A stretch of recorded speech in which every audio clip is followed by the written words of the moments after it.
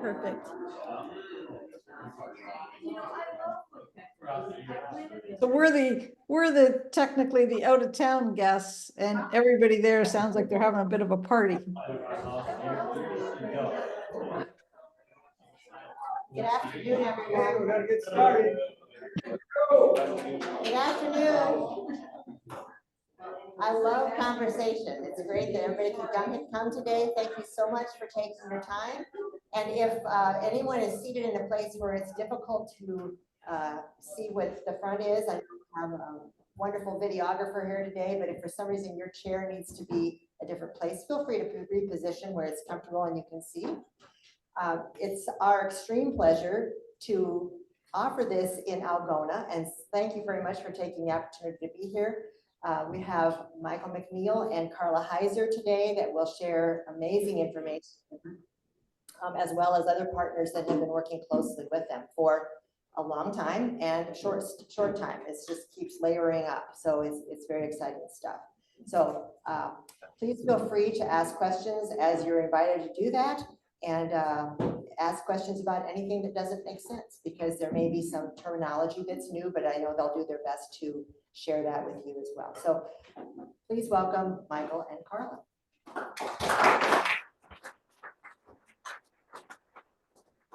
Really, kind of exciting to have something like this happening in Algona. We did one other meeting like this in Des Moines and one in Chicago. Now the most important place is Algona, so we start here. I'd like to introduce myself. Most of you probably know me. I'm an agronomist. I was trained at Iowa State University. I have a PhD in quantitative genetics, and I've worked as a corn breeder early in my life, and then spent most of my time here in Algona working as an agricultural consultant. About 165,000 acres of ground. I've also worked South America and Brazil, Argentina, Uruguay, and Canada, and most recently just back from Ukraine. I spent 3 weeks there in Ukraine, very exciting place, and boy, do they have some neat agricultural things going on there. They also have a little thing called a war going on, but we survived it, and that was good.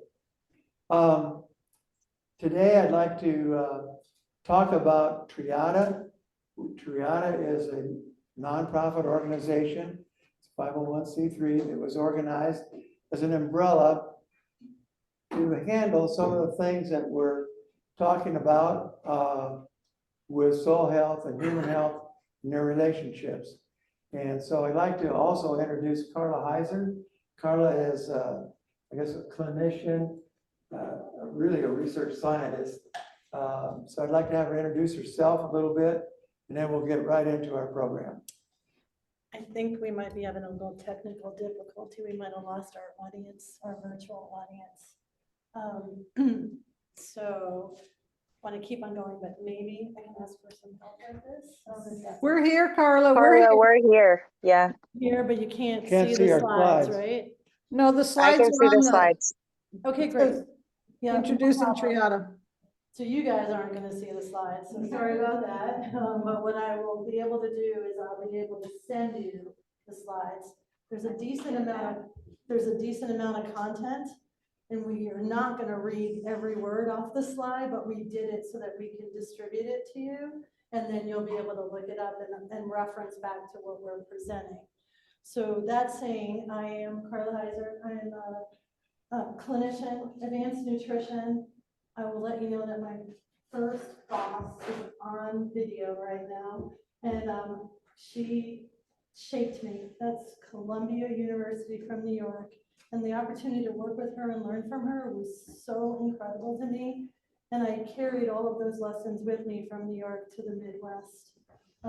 So we are working with people that don't feel well. And in that design, we realized that food matters, and we realized it was more complicated than just starting to eat whole, eat well. So I was then introduced to Dr. McNeil because he's been designing how we get the chemicals out of food, which is a pretty big deal. So in that way, we've come through, and then we went to our community and we asked to step in. Nobody can do this by themselves, and this is why we created the charity. The charity also was birthed off of a church platform. So I went to my community and asked for help. So there's several people that are involved that we did this all during COVID. We could have sat home and watched TV, but we decided not to, right, like that. So we created a nonprofit, and what we're trying to do is to marry ag to food to health. And what I can tell you in the storyline that you're going to hear today is that what's going on from the soil up to the plant, to the animal, to the human, it's pretty significant. So we're coming here to see about letting you know what's going on and what we've accomplished, and to ask for your partnership, to ask for your help. The voice of the community is extremely important, and that's the way it's going to get over the finish line in our opinion. So I'm going to give it back to Michael, and we're going to go back and forth. We're going to engage in a conversation. We've got a couple people in the audience that are going to insert stuff that we might miss. And then we're going to answer your questions and be in a dialogue as we go through at the end of the presentation. So thanks for your attention, and thanks for having us. Okay, we do have some other of our board members here. Lynn Brecky. Lynn is he's a farmer from Fargo, Moorhead area in Minnesota. Made a nice long trip to be with us today. Josh Mansky is with us, local boy. Another young man, Charlie Kolash, is on our board. Charlie and Lynn and I guess, are the farmers on the board. We'll introduce the rest of them to you later on, but I wanted you to know that we do have a pretty significant portion of our board here with us today. So let's get started. I've talked to you about Triada. It's our umbrella organization.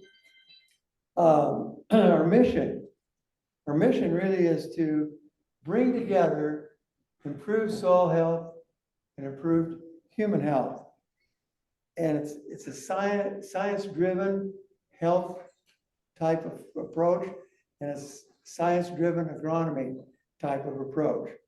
Our vision, you see here, it's really the big thing is a vibrant and healthy community.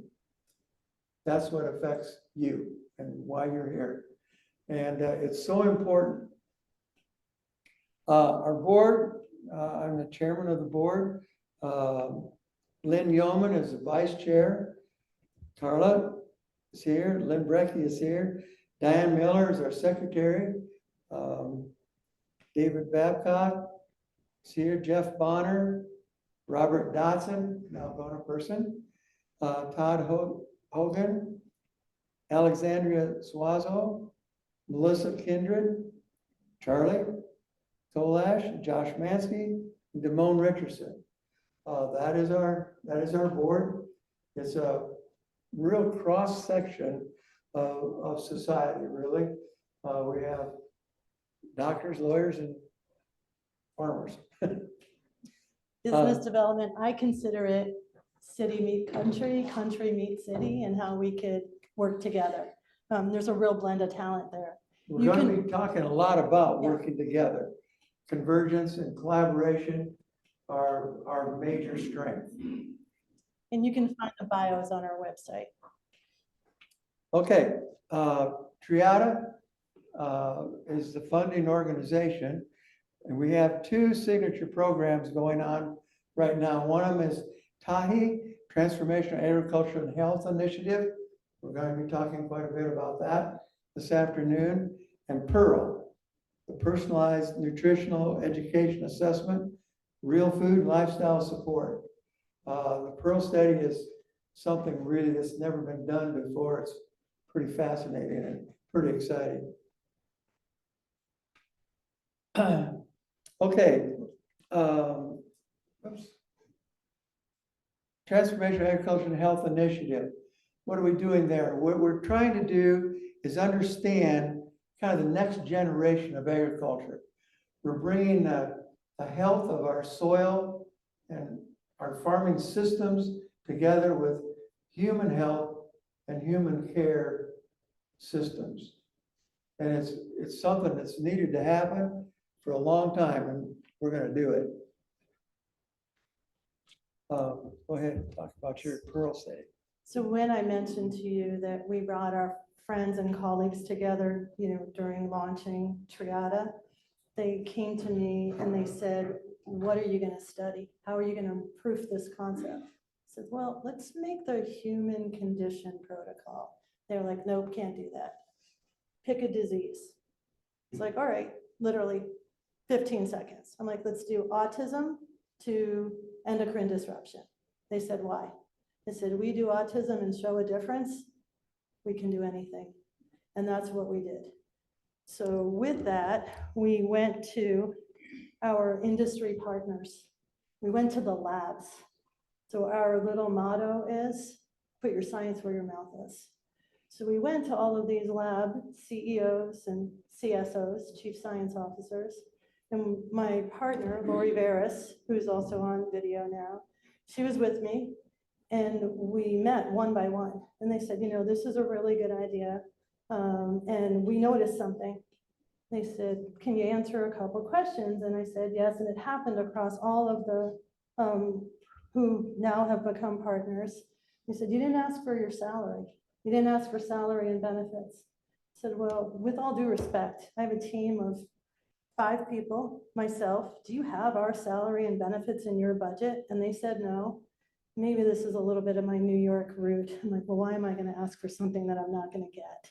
So can you sponsor us, and can we demonstrate what's going on underneath autism? And then we're going to look at using food as our strategy to remediate those problems. And so they all, I'm going to not say all, we did 8 presentations and we got 7 out of 8. So we're really happy about that. And we also went back to academia.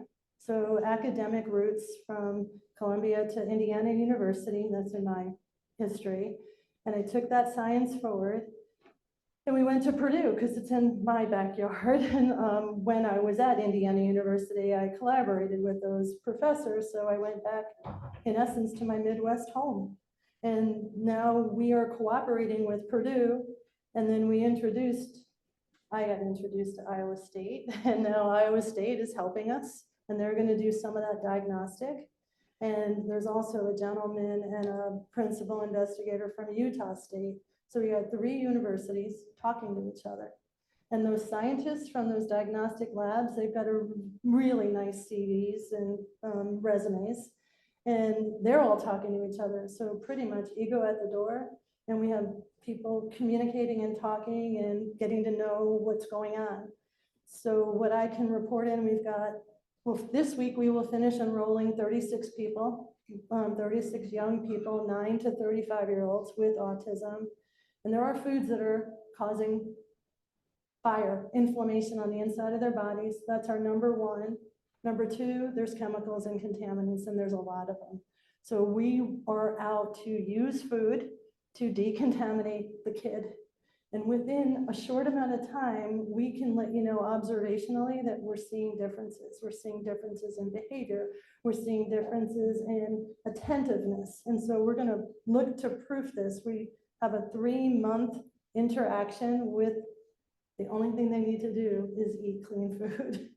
So we're teaching them about how to shop organic and how to balance and strategize to feed their family.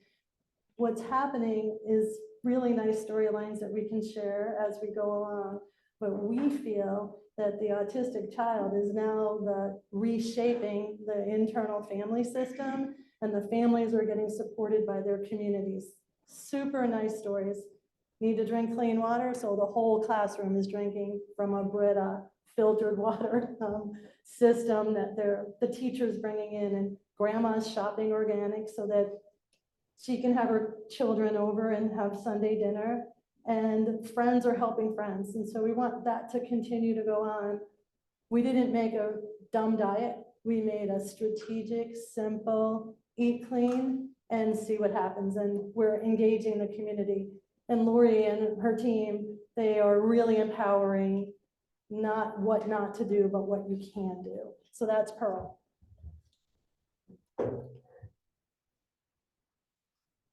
Okay, so what have we achieved so far? Well, we had a little over $1 million so far contributed in-kind support that has really helped get us launched. It's been unbelievable, the response that we've had. People all across the nation are recognizing we have a serious problem, and they're understanding that this is maybe a good way to fix it. If we all work together, we can probably achieve that fix. And it starts with food, healthy soil, healthy plants, healthy food, healthy people. We have a professional team of agriculturalists, agronomists. We have one person on our team that is Nobel Peace Prize winning agronomist. So we picked really top people to work with. We got our 501c3 launched and up and running. We have initial funding for this Pearl project. It's worked out really well. We're ready to take the next step and create a launch for Tahi. I want to talk a little bit about that next, but go ahead. We developed working relationships with the Iowa Farmers Union, the National Farmers Union. We're talking with them, working together to get grants. We're finding that this collaboration with groups, significant groups of people, helps speed us along.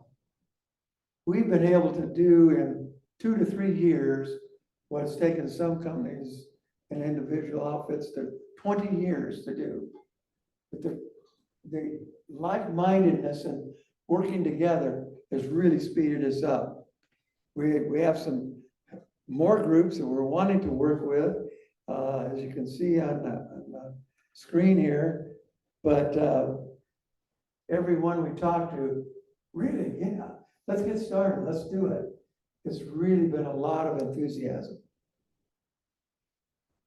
Working with City Church in Chicago, that's a really big organization that have really figured out that to get people off the streets and healthy is key to success.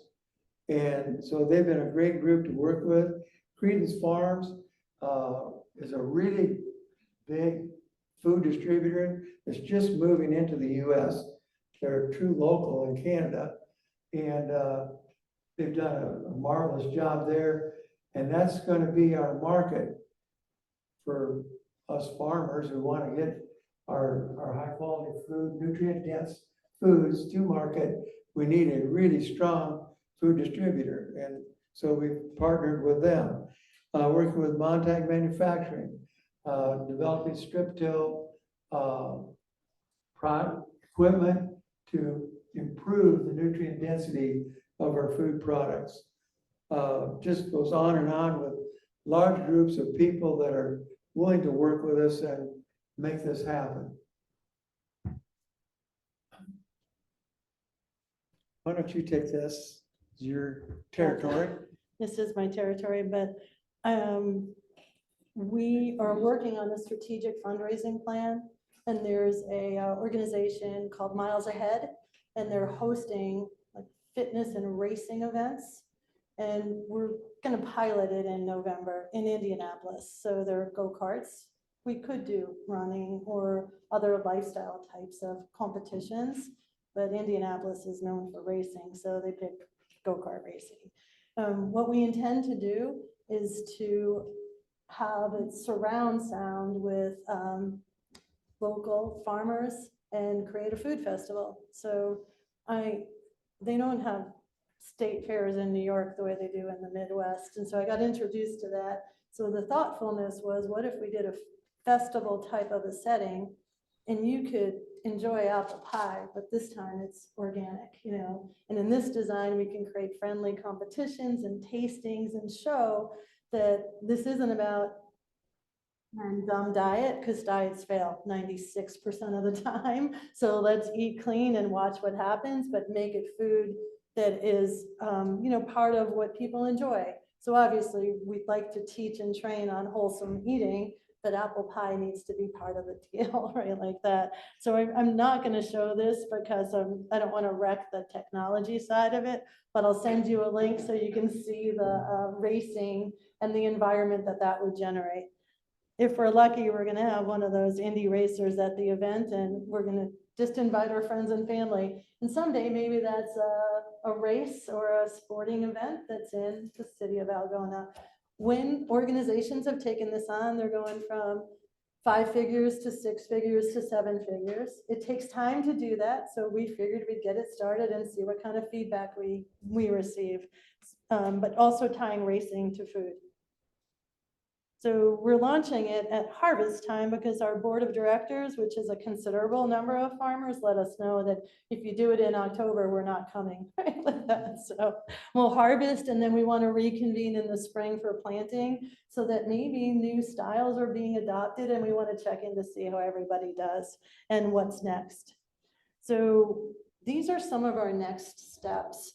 I will put this out there, and then I'm going to turn it over to Michael. But the first one, those scientists all at the same table, we're hosting investigator meetups so that we can talk and communicate and then design what's next. The word is together. And our design is we're better together. And that's the reason for the successes that we're finding. Again, when people take a look at what we're accomplishing, they're like, how is this possible? And the reason why is because we're collaborating, and that's a pretty strong directive. So getting that kind of wisdom from the science side of America is extremely helpful to us.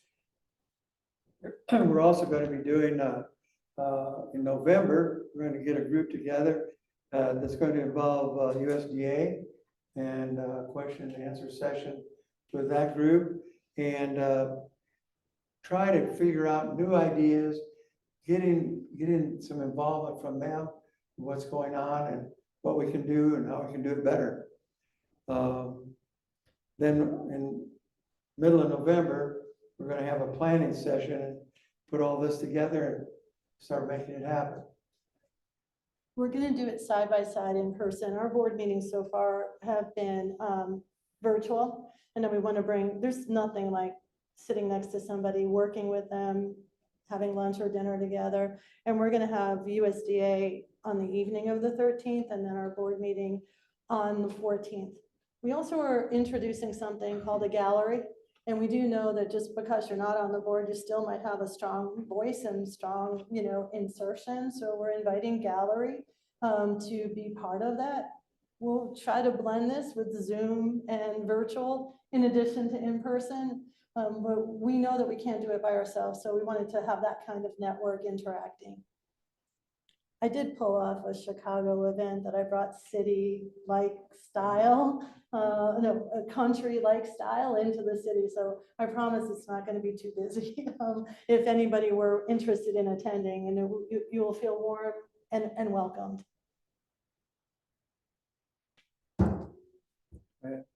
So this also comes from the creativity of our team. So look, we've got a farmer in the kitchen with a doctor, with the chef, and with your community member. And that's where we're going. We're looking to submit grants and contracts for 2025 with industry and academic partners and represent the voice of the community.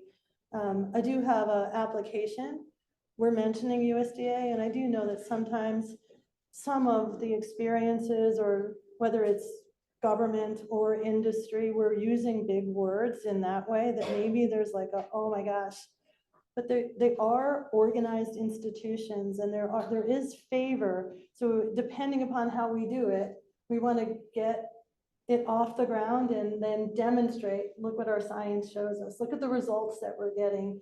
In that design, there is an RFA, a request for submitting an application. It's coming due in November.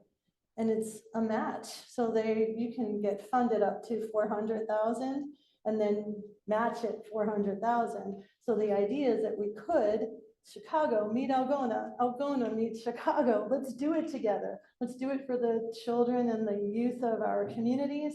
Let's show city supporting country. We need your food.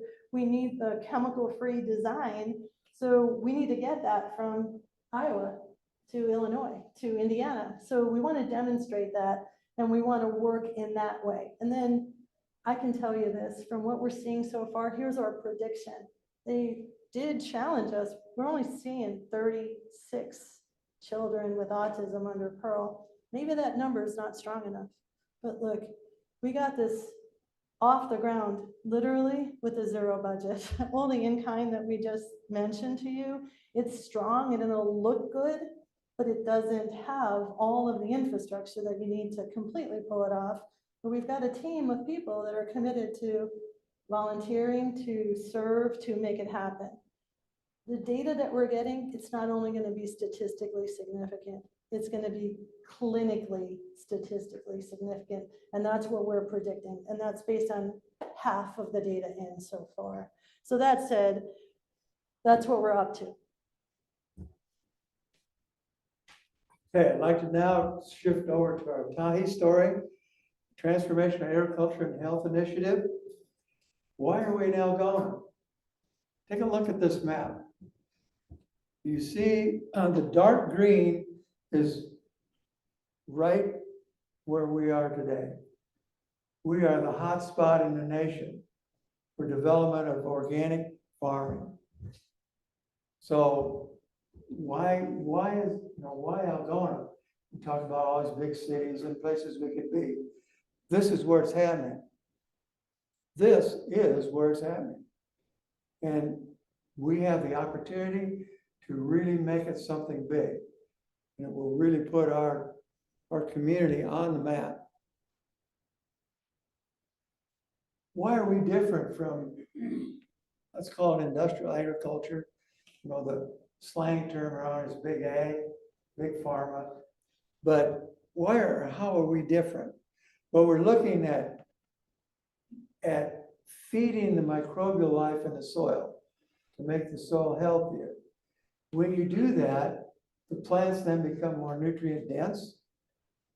When you eat that nutrient dense food, your health changes. And what's been kind of interesting is that the soil microbiome, all the microbiology goes on in your digestive tract, and what goes on in the soil is kind of the same. And when you look at that similarity, you fix one, you're going to fix the other. And that's what really got us started down this path. And so we're going to be looking at environmental protection, cover crops, minimum tillage, all of these kinds of things, integrating livestock back into the agriculture to really improve the soil health, because that will fix our health. Picture here of strawberries. One of my growers raises strawberries. He has the largest strawberry farm in Iowa, like 21 acres of strawberries. They are nutrient dense and very delicious. But what are we trying to do? We want to assure that we have nutrient dense food. And that's going to require some special equipment. It's going to require identity preserve techniques like being certified organic, that type of thing. And it's going to have to return on the farmer's investment. He's got to make a profit doing this. And it's got to be economical for all of our society to participate in using that food. Now that's a big challenge, but we've done the numbers and we can do it. It will work. Our strategy in our farming systems goes a step beyond just being organic. Just because you're organic does not necessarily mean that it's nutrient dense. And so we need to start measuring nutrient density. And that requires some very specialized equipment to do that. Right now, the expensive way to do it is a quad polar mass spec. You can get those for several $1 million. It's always good to have an extra one in case it goes down. But what we're working with are some companies they're doing some very unique development of equipment that you can come up to a potato or a tomato or an orange and press a button. And in about 30 seconds, it gives you a readout of the minerals that's in it and how much. So now we have a measure of nutrient density, and we know, does it have heavy metals and other toxic materials in it. They're telling me now that they can do some petrochemicals, so you can tell if it has pesticides in it as well. And there's one outfit that's saying that they can develop an app to put on the latest phones. So you can take a picture of that and get roughly the same information. And that's just some fascinating technology. This summer I had the opportunity to travel in Ukraine, and I met with a company actually in Kyiv that is developing one of those machines. So it was very, very fascinating. So we're right on the pioneering edge of this nutrient density thing. And that is what's really gonna improve our health. Tahi is going to be really heavily invested in education, where we want to meet the diverse needs of experienced farmers, guys who have been farming most of their life, still have some things to learn. And we're going to address that. We're going to assist beginning farmers, small scale farming operations. And a lot of people think assistance, okay, we're going to give them money. No, we're not going to give them fish. We're going to teach them how to fish. So we're going to be teaching them how to develop farming systems that are producing the nutrient dense, healthy food that we need, that preserve our environment and make them a profit. And those educational things are what we're developing. I have a syllabus that I brought with me. It's a 40-page syllabus of the courses that we're going to present. They're going to be all the way from short courses like an hour, 2-hour class, to a one-day class, or a weekend class, to classes that are like at the 100, 200, 300, and 400 level. So we have a full range. I've just finished preparing that syllabus, and we have several of these courses already prepared. We're going to take them both online and in person. So if you want to come to one of these classes and learn about that, and some of your friends can't make it, they can watch it online while you're taking it in person. We're going to do it a little bit different. We're going to have it somewhat interactive. You're used to going to a class, hearing the lecture, and go home. And you know what? You remember about 10% of what was said. And they gave you a nice booklet. So, you know, you got all the information. What do? Put that on the shelf. Looks real nice. What we want to do is give you this instruction. And then we're going to come check on you. How are you doing? You have any questions? Did it work? What we were trying to teach you, does that make sense? Is it working for you? If not, why not? How can we help you? That's one step beyond what most educational institutions are doing right now, but a very important step. Our faculty is going to include some of the top agronomists. It's going to include farmers. A lot of farmers kind of cringe at the thought of being a teacher, but they're some of the best ones. They've had the experience. They know. We're going to be talking with food suppliers, vendors, health professionals. This idea of convergence and bringing people together is our key. And we really want to involve the community. That's why you're here. You're part of this community. We want you to know about it, understand why we want to do that and be a part of it. Developing resilient farming systems. Why? What's the big deal there? Well, you've heard of climate change. You can have political ideas about that, but what's happening is our weather is getting more violent. So we need to develop farming systems that can handle that. Our political situations are getting a little more violent. We gotta have a system that can weather changes in farm programs and things like that. We have other things that are going on that are really a change in economics. You know, is it gonna be inflationary period? We're gonna go into a depression. Our farms have to survive that. We've had experiences in our history of the US where the farms didn't survive it very well. We develop a farming system that's resilient to those changes, and we got something really good.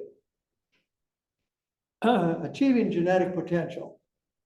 As a geneticist, I'm gonna have to talk a little science here. But we have genotype, that's the genes that you have that make up your body. The crops have the same genes, but genotype by environment interaction. We know that certain genetics, certain corn varieties do well in this environment, but don't do very well in another environment.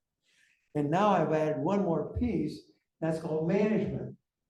Certain varieties will do well under your management, but not very well under your management. Well, why is that?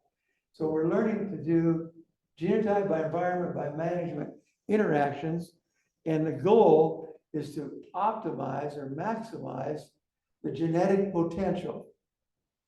I gave you a picture of an ear of corn here.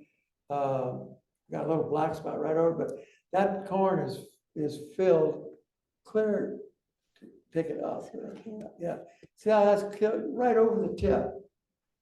That's a perfect example of full expression of the genetic capability of that corn crop. There's a guy here in this room that grew that. I took a picture of it. Proof that it can be done right here in Algona. So he's sitting here in this room and you should be proud of that. Great job.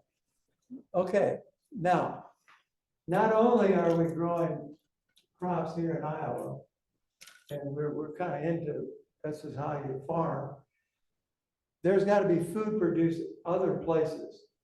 Food produced in a city, on rooftops, on patios.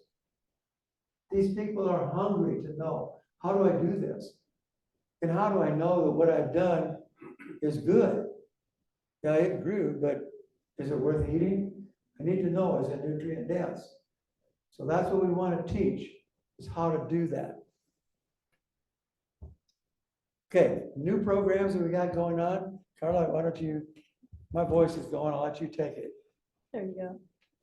So when we say city church, we're not evangelizing, but we are demonstrating a community driven, and the intention is to impact the city. So there is it's a young church, median age 35. So I told Pastor, I said, well, maybe we can increase that to 45 when we start meeting my friends, like that. And in that design, there is a plan in play for not only a church, but a community center. So they're really strong in service, and they've over 500 volunteers and so many hours in contributing to the community. You want to transform a community, you need to eat well and be well. There's a program with that church, and it's 15 years old, and they are serving women who have been trafficked, hard word to say, and they're going to this program to learn how to reintroduce to society. It's a beautiful facility led by a really strong leader. They have a demo kitchen, they have a rooftop, and I get to go to their inaugural event, and I'm like, oh my gosh, there's room here. Check it out. There's all of these qualities about everything that they have done so far. And then there's room for a greenhouse, maybe some raised beds, maybe some, indoor, outdoor gardening. And then we can teach them about how to feed well and elevate. So the possibility of us demonstrating that, there's where I want to show my endocrine disruption. I want to show the value of what food will do to restore. And then that could be borrowed by other people with, with different kinds of things going on the inside of the body. So we want to see about doing that. The other is with school, and we've been working on this one for a while. So here's a school, Westinghouse in Chicago. It's a city block in diameter, and then there's a central courtyard. Just kind of close your eyes and envision if there's, you know, gardening and greenhousing and beds, and then the food is grown. And what we're accomplishing is the possibility of bringing food to that community. We have a strategy for that. And again, what we're going to do is food festival, kind of like, let's feed them the possibility of tacos or organic pizza. Everybody loves pizza. Not like boiled chicken, celery, and carrot sticks, but how we can look at decontaminating. Right. One thing I'd like to add here, you know, she's talking about some inner city things. We want to do the same thing here because a lot of our rural communities and small towns, it's very difficult for the elderly to get high quality food. And so they don't do that. And so then they age quicker and have more health issues. If we had a food distributing system, we could go around to all these small towns and be there for like 3 or 4 hours and then move on to the next one. And they can pick up meals and or groceries right there. I think we can get government backing to help support this, and it would really work just as well in our community as it does in the inner city. We have the elderly and we also have the children, right? So we have like the lifespan represented in these statements. Stay tuned because we already have some of that going. So we're going to show it to you, and pretty much we've done like proofing. The way I can say we is that we're partnering them. So check this out. And then one of the roadblocks to getting into the school breakfast and lunch program is that these are long-standing contracts. So there's been a difficulty with crossing through and crossing over that. Well, we have some really clever intel and creativity with the people that we know. And what we're going to be able to do in this example, and maybe it's something that is borrowed by Algona, is that we're going to host it like it's a nonprofit to fund the health of certain clubs, right, like that. So there's a fitness club and there's a faith warriors and faith club. The students designed this, and so in this way we're going to get started. And what we designed was, sorry, to be simple. We created, I put the recipe in here. This is for one of my favorite people. He asked about it, and I have the recipe for natural Gatorade, but that could also be a substitute for commercial, sorry, Gatorade, or pops and sodas and chemicals with sugar in it. So if we go natural and they like it, then it becomes something that gets shared on TikTok and something that other people do. We're not being stingy, but can we get those chemicals out and watch what's happening with love from the Midwest? The other is smoothies. Right now, they're going off campus or before school or after school, and they're buying Slurpees and Red Hots. So what if the good stuff was nutritious and delicious, and it was accepted by our school? So we figure that we'll get started, and what we're going after is something like this. And so here's what they eat in Italy versus what they eat in, you know, the country of the United States of America. Maybe one day we can have that kind of food. So bring the Mediterranean to the Midwest, and this is the possibility of creating a new food culture, but we have to get started somewhere. So we started with the food truck and with the food festival and with one thing at a time, and then watch it work out and see what happens. There's where we could co-author that community grant together. So there's a lot of different ways that people can get involved, and what we're asking for is how we could meet and create something that would be in unison. So this is our proof of concept. We're just getting started. And then in this design, we have another partner, and that other partner is called Red Bib. And so the birth of Red Bib came out of a TV film producer. She covers college football and she hosts events. So when Gina Holland throws a party, you really don't know who's going to show up, but it's fun. Unfortunately, her father got sick. And when she went to the doctor to inquire about how to improve quality of life and how to be supportive of him, the answer about what can we do with food was weak. So Gina takes it on and she starts discovering that food is valuable. And so she teaches herself. So then she launches a second company. Her TV film is called Ruby Red, and the new company is called Red Bib. So Red Bib is setting out to be the organic food distribution similar to Amazon. And we're going to have access to that. But I'm bringing this up because they're not just about food supply distribution. They're about making a difference. So they have an education platform that Tahi will be able to make use of so that we can teach, train virtually. Also, they already proofed this one, WIC in Ohio. So now women, infant, and children are getting food that's been grown by local farmers, and I'm talking organic food, local farmers getting delivered to women who have children that need to be taken care of. And then there's a design for doing that with Meals on Wheels. So like, there's a whole lot of people that want to make a big difference, and we just brought them together, or maybe somebody else brought us all together. So we all have opinions about that. But there is information about Red Bib in here and how it works. But the most important thing, so you'll get the deck and you can see it. Here's what we're inviting. Let's create a new food culture. The idea, you go to Italy and you eat Italian food, or Spain and there's Spanish food, Mexico, there's Mexican food. What's the American cuisine? Something like this, 80% ultra processed food, fast food. I don't have enough time, I don't know how to cook, to what if we caused our own style? And let's start with eating clean. So that's what we're all about. Kind of come together, come to the table, bring that family table together and have nutritious food on that. And things really start to happen in a much more positive vein than we've seen recently. Okay. So while we're here today, we'd like to ask you to help us. You can do so by becoming a volunteer, working with us that way. You can serve on a committee. We have a lot of committees. There's a committee pulled this meeting together.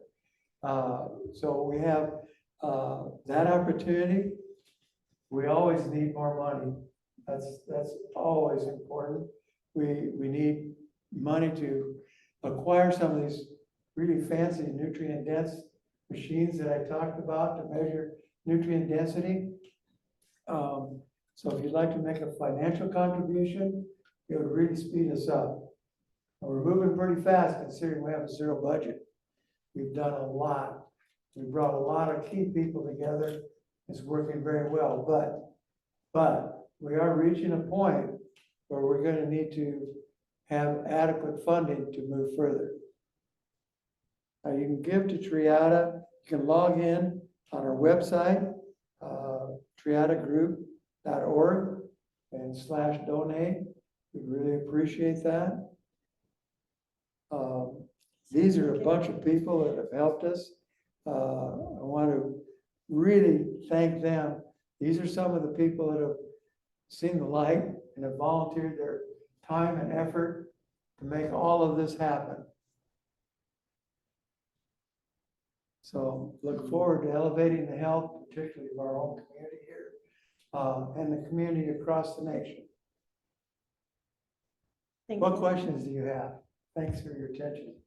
Bruce. Hey, Michael, this isn't, I mean, you're good nutritious food, but not fake meat, plant-based meat, like they're trying to push on us. I mean, you're not going that direction. No. No, the question was, are we looking at plant-based meats and that type of thing? We are looking at natural foods grown in a very natural environment that is nutrient dense heavy metal free, mycotoxin free, petrochemical free, as much as we can get. How can Other someone get questions? started in 2 months, getting their farm in order? How can they start? What do they need to do? Do they need to go to class immediately? Do they need to just talk with you or some of your colleagues? How does it work? That's why we're here. That's why we're offering these classes. How do you get started to develop or transition your farm into a farm that's providing the nutrient dense, chemical free foods? We're going to offer courses. We're going to offer our services. We have several organic farmers in our group. They'd be more than happy to talk with anyone who's interested in making that transition. We're going to be having official classes that teach you how to do that. We've done that very successfully in Kossuth and Palo Alto County. People told us, well, you can't scale up that. You know, they have that view that organic farmer is a hippie farmer. They're not when they're in our county. They're big, they're modern. They're probably the most modern farmers in our state right now. And we've been able to scale it up. I've seen it increase from, what was it, about 6 years ago, we had around 2,200 acres of row crop organic farming. This spring we planted a little over 100,000. That's huge, but it proves it can be scaled up. It proves that it's profitable, and people say, well, it's so difficult. We can't find a market. Guess what? The market came to us. I used to spend time on probably 2-3 hours on the phone trying to find a place to market organic grain. Now I spend 2 or 3 hours answering, well, I need about 100,000 bushels of corn. I need 50,000 bushels of organic soybeans. Where can I get them? I said, well, we have local co-ops here that will handle that for you and ship it to wherever you need. It's sort of, if you build it, they will come, and it's worked really well. So just go back to COVID for a minute. Our young people started taking a look, like, what's going on? Like, why do they have more time off and holiday in Italy or in Eastern Europe and Europe? And where is this work-life balance? And no, I don't want to put that formula into my baby's body or into my body. So I believe that the youth of our nation are the drivers of our nation like that. So it seems to me like this is a time where we've all waited for it, like transition is on the landscape. And in that design, when you take a look at it, just go back to our economics class 101, supply demand. If you don't buy it, it doesn't stay on the shelf. So that's what we're seeing. I mean, I understand the distinction between locally grown and sourced and Iowa organic. And then we, in the city, you know, we have access to Costco, but now you have a major wholesale organic. So somebody says to me, I can't afford it. I can tell you this, I can make dinner for 35 people for less than $125. You know, meaning that I can do it for less than it costs to go to McDonald's or to a fast food type of an establishment. So it's getting within reach because the consumer is asking for it. And the youth of our nation is saying, why are we a sick nation? I don't want to grow up like that or grow my family up like that. And I want to learn from, you know, my parents and my grandparents. Like, what are we going to do different? And I just feel like change is on the horizon, something that we should all take a look at. Other questions? So as an urbanite, what can I do?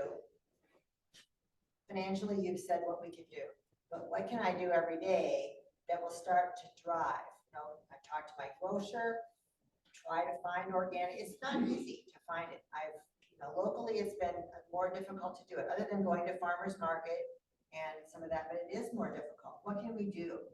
Well, I've spoken with our local grocery stores, talked to the managers, and they said, well, if you request it, we'll certainly try and get it in for you. And if it continues to sell, we'll get more of it. But we don't have shelf space for anything more. So I have to replace something with the product you asked for. But if it sells, I'll replace it. I will put anything on this shelf that will sell. And so it makes sense. And so if you need to start requesting something, if you want something special, request it. Talk to your friends, get them to use it. Explain to them how it made you feel. I feel stronger. I feel more alert. I feel different. They will respond. Yeah, can you speak a little bit to the pressure or the urgency that we need to adopt some of these practices, both from a human health perspective? We know Iowa's the second highest cancer rate of any state in the union, and the only state that's still rising. Autoimmune in children, I think, is at 60% in Iowa. Those are the things that are really hurtful to my soul as being an Iowan, and also wanting to address that, and that our model for agriculture in this state right now is killing the soil that we have. So I'm so excited that you guys are doing this, but if you wouldn't mind speaking to that a little bit. The question is, what is the urgency for fixing the soil health problem and the human health problem? It's huge, and it's imminent, and it's now. Our soil, a lot of people don't realize, well, my farm's doing okay, so everything's just fine. But what I've looked at a lot of land. I 165,000 acres of land here in the Middle West. And I've watched what's happened, and it doesn't, like this farm gets poorer and poorer and poorer. It doesn't happen that way. It kind of goes along, drops a little bit, and then it crashes. What about human health? Dr. Yelly, you've seen it. People are, they're getting along fine. All of a sudden, they come in to see you, and then you determine they are really in bad shape. They have cancer, they have illnesses that were brought upon by not intaking nutrient-dense foods. And you don't get sicker and sicker and sicker, you kind of go along and then you crash. And that's what I'm seeing. So is it urgent? It's extremely urgent. If we don't react now, we're going to have some really serious problems. I bring up that I was in Ukraine. I saw soils that are really old. They've been farmed for thousands of years. I was on one farm that had a village located on it that had been farmed for 7,000 years. That's old. That's really old. That goes back to, when Noah got off the boat and started farming that. But those soils have been depleted in micronutrients, and they were not growing crops well at all. 3 feet over, they put on micronutrients and did everything really right to make the soil healthy. Beautiful crop. Corn was higher than my head. Just 3 feet over, it was maybe knee high and all yellow.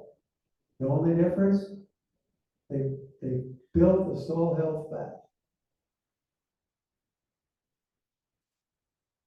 We can prepare a lot for this. We didn't do health statistics for you, but we've heard from Carol and from Michael, we are third from the last in infant mortality. That's horrible as a nation. And when it comes to health scores, we're in bad shape. So the idea here is for the health of the nation. And how do you make that happen? Which is the question that you asked, Julie, is what we just said. We caught the data. Now you can bring the data to the insurance company. You can bring the data to the accountant, to the bank, to the mother. This is what's going on inside your kid's body. Here's what we can do about it. But if you don't have that kind of proof kind of thing, then, well, I'm going to go do gluten-free and I'm going to follow this a skyline, or I'm gonna try what my mother's sister-in-law's brother's daughter told me. But right now, I think what we're trying to demonstrate is take the guesswork out and then to come together as a community. We're gonna decide to do this.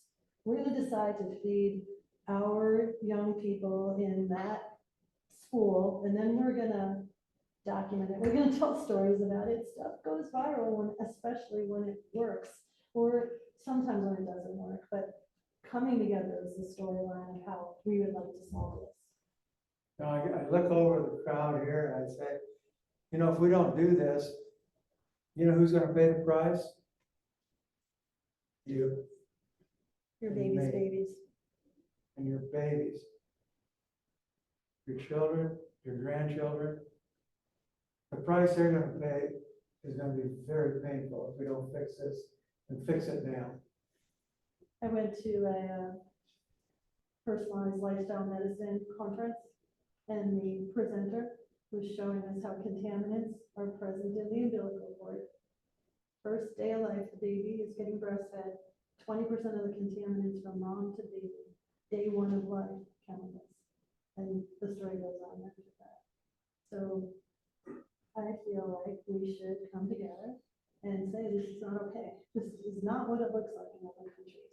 And by the way, food insecurity, I actually looked this up getting ready for being able to present to you guys today.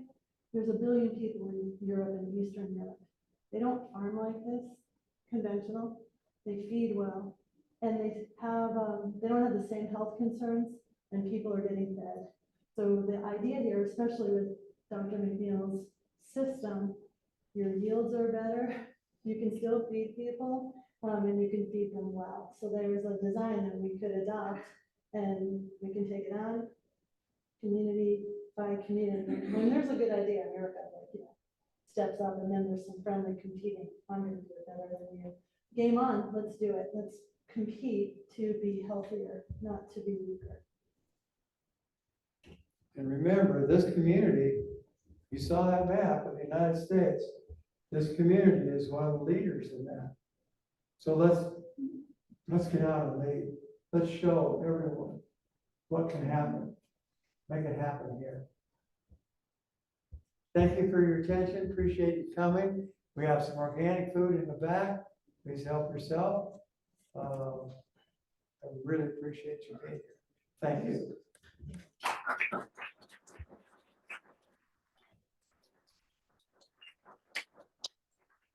Hey, guys. How you doing? We're Thanks. good. Nice job. We're good. Thanks for. Good Q&A. Thank you. This is wonderful information. Thank you, Carla. I And- so appreciate that you're here. I am so grateful. Thank you so much, Wahida. Oh my gosh. Thank you. You guys are Beautiful. amazing. You guys are truly amazing. Really cool. I will call you and I'll look forward to catching up. Thank you so much. Thank you. Thank you, Carla. Thank you, Rachel. Nice seeing you. Nice seeing your name. Thank you. Thank you, Stefan. Thank you, Chad. Thank you, Alana. Really appreciate this. Thank you so much. Thank you, Don. Thank you, Jeff. Thank you, Lynn. Thank you, Tim. Thank you, Diane.